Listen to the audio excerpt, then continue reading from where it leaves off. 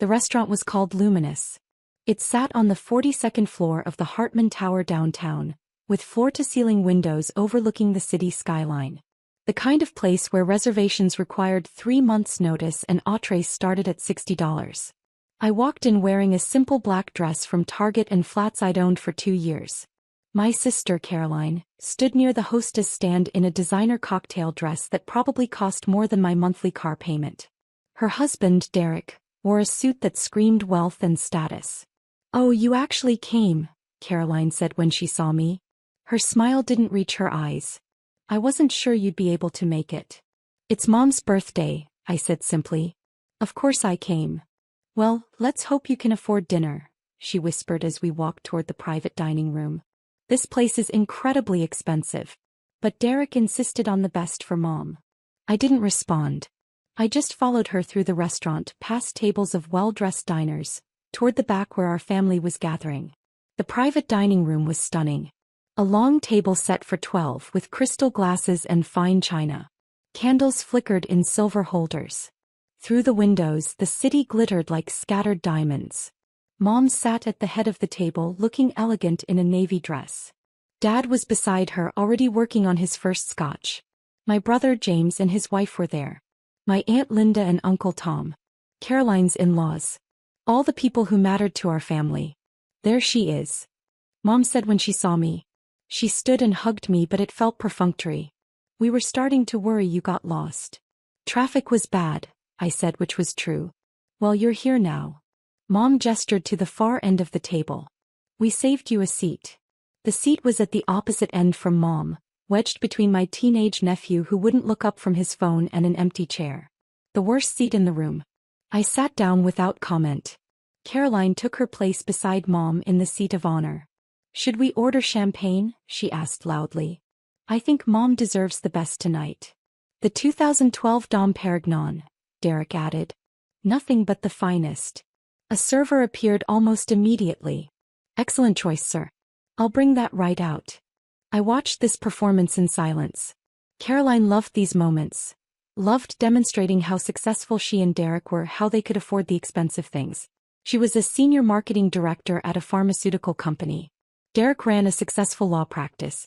Together they made about $400,000 a year. It was impressive. It really was. The champagne arrived in an ice bucket. The server poured glasses for everyone. When he got to me, Caroline held up her hand. "Actually, maybe just water for my sister," she said sweetly. "Champagne is a bit pricey." "I'll have champagne," I said calmly. The server looked between us, uncertain.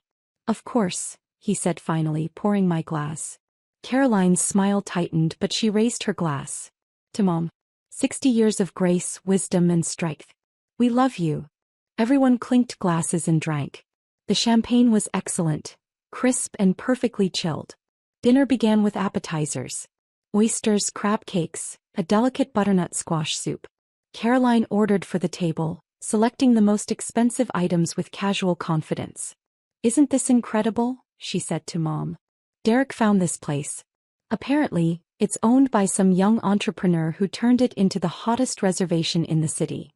"It's lovely," Mom agreed. Caroline leaned over to me while others were talking. "Each appetizer is about $30, she whispered. "Just so you know. I don't want you to be shocked when you see the bill." "We're splitting it?" I asked quietly. "Well, Derek and I are covering most of it," she said. "But we thought everyone could chip in a little. Maybe $100 from you? If you can manage it." I nodded and took another sip of champagne. The main courses arrived next. Filet mignon, pan-seared salmon, duck confit. Each plate was a work of art, carefully arranged, garnished with edible flowers and microgreens. "This is a $75 steak," Caroline announced, cutting into her filet. "Wagyu beef, imported from Japan. Derek, you have excellent taste." Derek beamed. "Only the best for family." Across the table, James was talking about his new promotion. Aunt Linda was discussing her recent cruise. Everyone was performing, showing off their successes, their achievements, their perfectly curated lives. I ate my salmon in silence. It was cooked perfectly, the skin crispy, the flesh tender and flaky. "So, how's work?" James asked me eventually, The way you might ask someone about a mildly unpleasant medical condition. It's good, I said. Still at that little cafe? Caroline asked. What are you now, assistant manager? Something like that, I said. This was the story they knew. 4 years ago, I'd quit my corporate job and told everyone I was taking some time to figure things out. I'd started working at a small cafe downtown, making coffee, serving pastries, working the morning shift. What I hadn't told them was that I owned that cafe, and the building it was in, and 4 other restaurants across the city. It must be nice, Caroline continued, not having real responsibilities. Just making coffee, no stress. Of course, the pay must be terrible. I manage, I said. I'm sure you do. She patted my hand condescendingly. And there's no shame in simple work. Not everyone is cut out for corporate life. Dad cleared his throat. Caroline, that's enough. What? I'm being supportive. Caroline protested. I think it's great that she's found something that makes her happy, even if it's not particularly ambitious. Mom changed the subject, steering the conversation towards safer topics. The food kept coming. Sides of truffle mashed potatoes, roasted asparagus, artisan breads with imported butter. Dessert was equally elaborate. A chocolate soufflé that had to be ordered at the start of the meal. Crème brûlée with fresh berries. A cheese course with exotic varieties I couldn't pronounce. This meal must be costing thousands, Aunt Linda said, impressed. About 4,000 for all of us, Derek confirmed. But Mom's worth it. Caroline squeezed Mom's hand. We wanted tonight to be special. Something you'd remember. It's wonderful, Mom said. Thank you both. As dessert plates were being cleared, Caroline leaned close to me again. So, about that $100. Can you cover it? Or is that going to be a problem? It won't be a problem, I said. Good. Because honestly, I wasn't sure if you'd be able to afford to even be here tonight. She said it quietly, just between us, but her voice carried enough that Derek heard and smirked. I set down my napkin and took a sip of water. That's when the kitchen doors opened and Chef Antonio Romano himself walked out. Antonio was a legend. He trained in Paris and Rome, earned a Michelin star at age 28, and made Luminous the most sought-after restaurant in the city. He rarely left the kitchen during service and he never came out for regular guests. But he was walking toward our table now, looking directly at me. Miss Bennett, he said warmly, reaching our table. I wanted to personally check that everything has been perfect this evening. The entire table went silent. Every conversation stopped mid-sentence. I smiled up at him. Everything has been exceptional, Antonio. Thank you. The salmon was prepared to your specifications? Perfect, I confirmed. Excellent. And the private room, is the temperature comfortable? The lighting appropriate? Everything is exactly right, I said. He nodded, satisfied. Wonderful. Please let me know if you need anything at all. It's always an honor to serve you. He gave a slight bow and returned to the kitchen. For about 5 seconds nobody moved. Nobody spoke. Then Caroline found her voice. Why did he call you that? Call me what? I asked innocently.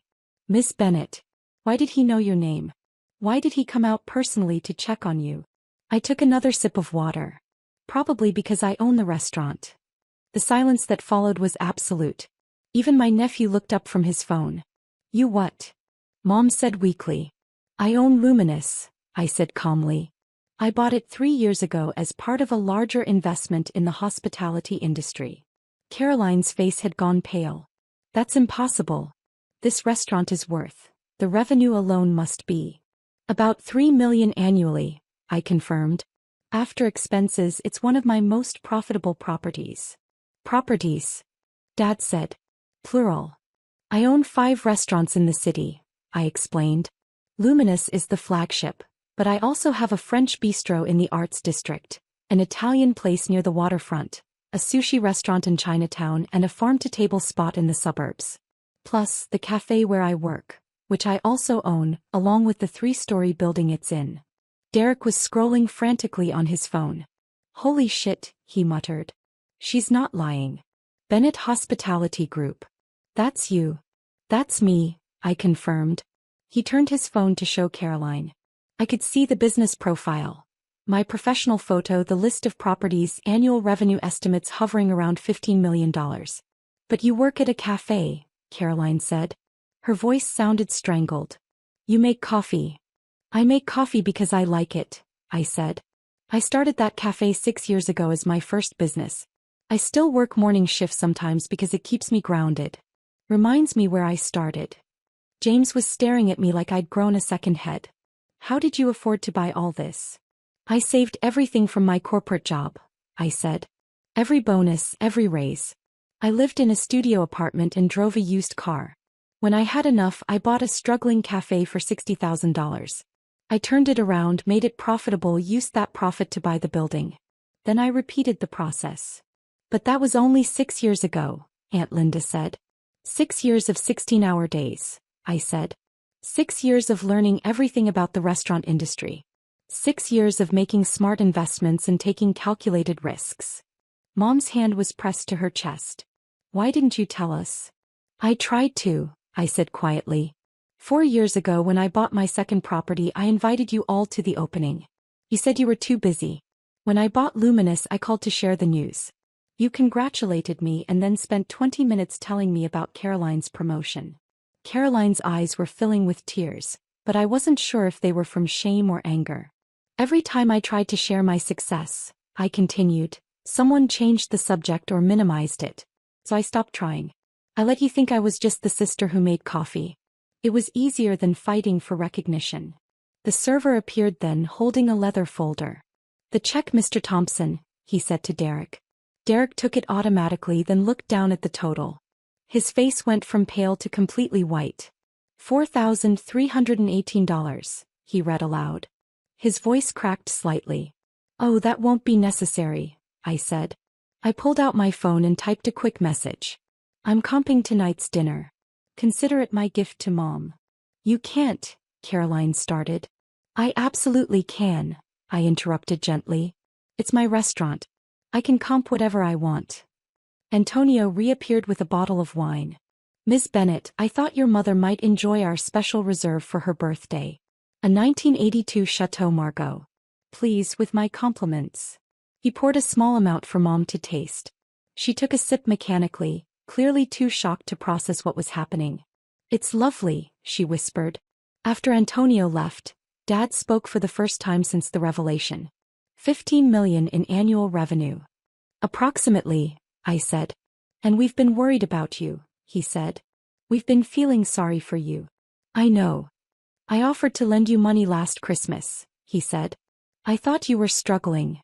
I appreciated the offer, I said honestly. But I've been fine. More than fine. Caroline was crying openly now. I've been so condescending to you. For years. I've made you feel small. Yes, I said. You have. I'm sorry, she choked out. I'm so sorry. I thought I was better than you. More successful. More important. I know, I said again. But you never corrected me. You never told me I was wrong. Would you have listened? I asked quietly. She opened her mouth, then closed it. We both knew the answer. Mom reached across the table for my hand. I'm so proud of you. I should have said it years ago. I should have listened when you tried to tell me. It's okay, I said. It's not, Mom insisted. I'm your mother. I should have seen you. Really seen you. James cleared his throat. So, are you hiring? Despite everything, I laughed. Are you seriously asking me for a job right now? I mean, you're clearly killing it, he said. And I hate my job. So yeah, I'm asking. I'll think about it, I said. The rest of the evening was strange. People kept apologizing, asking questions, looking at me like they'd never seen me before. In a way they hadn't. They'd seen the version of me they wanted to see. The underachiever, the one who made them feel better about their own choices.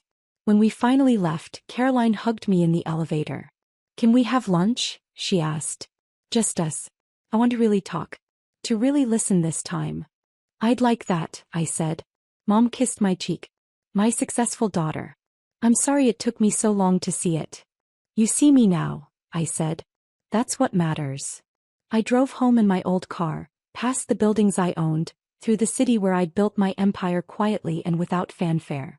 My phone buzzed with texts. Apologies, congratulations, questions about lunch dates and coffee meetings. I smiled and set the phone down. Tomorrow I'd work the morning shift at my cafe. I'd make lattes and chat with regular customers.